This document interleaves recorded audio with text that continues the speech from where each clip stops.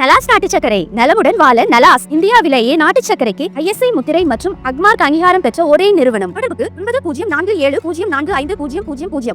ஜம்மு காஷ்மீரின் கார்கிலில் இன்று நடைபெற்ற கார்கில் தின நிகழ்வில் இந்திய ராணுவ தளபதி ஜெனரல் உபேந்திர திவேதி முக்கிய உரையாற்றினார்.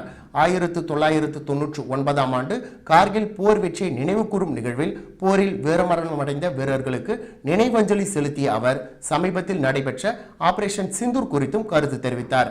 இந்த நடவடிக்கை பாகிஸ்தானுக்கு ஒரு உறுதியான செய்தியாக அமைந்துள்ளதாக அவர் கூறினார்.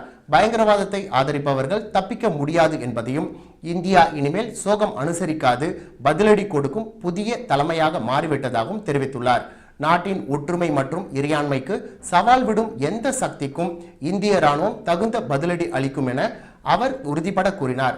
ஆபரேஷன் சிந்தூரின் போது பாகிஸ்தானில் உள்ள 9 பயங்கரவாத தளங்கள் அழிக்கப்பட்டதையும் இந்திய ராணுவம் பயங்கரவாத உள்கட்டமைப்பை நேர்த்தியாக அழித்ததாகவும் தெரிவித்தார்.